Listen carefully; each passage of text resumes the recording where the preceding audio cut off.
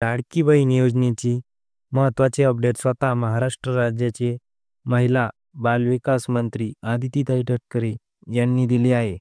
मीडियाने त्यांना प्रचंड प्रश्न विचारले आणि त्यांनी तब्बल अर्धा तास मीडियांशी संवाद साधला आहे. त्यांचा सगळा व्हिडिओ पाहण्यापेक्षा त्यांनी मीडियाशी संवाद साधलेल्या बाबीपैकी त्यातील आपल्या कामाची माहिती मी तुमच्यापुढे सादर करण्यासाठी हा व्हिडिओ बनवला आहे. ती माहिती अत्यंत कमी वेळात मी तुम्हाला सांगणार आहे.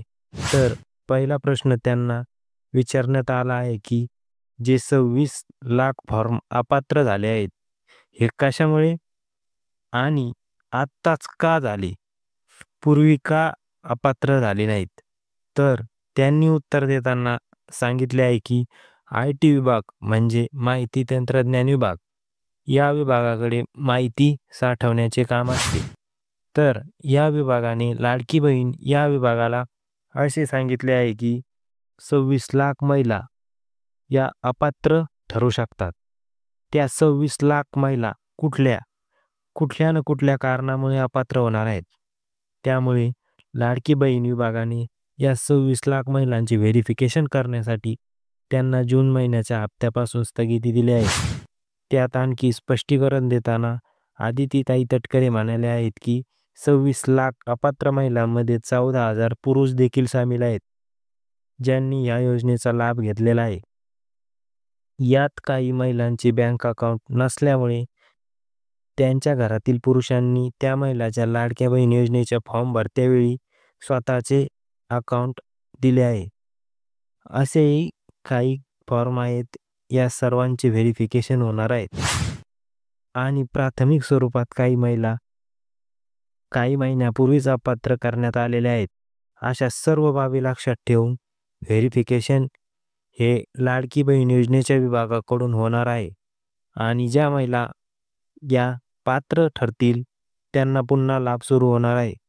आणि काही घरात 3 महिलांना योजनेचा लाभ मिळत होता, त्यात काही अपात्र झालेले आहेत.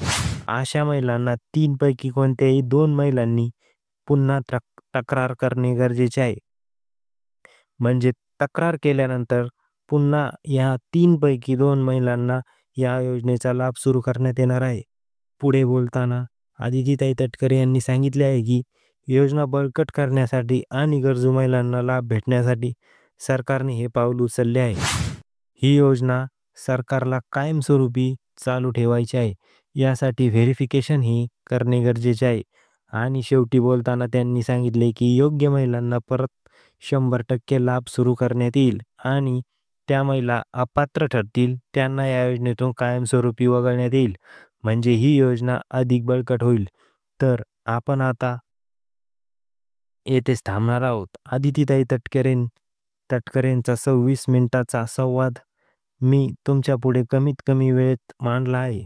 तर तुम्ही या चॅनलवर नवीन असाल तर या चॅनलला सबस्क्राईब करा, व्हिडिओला लाईक करा आणि शेअर करा आणि नोटिफिकेशन घंटी दाबायला विसरू नका, जेणेकरून यापुढील महत्त्वाची माहिती तुमच्यापर्यंत लवकरात लवकर पोहोच होईल. धन्यवाद.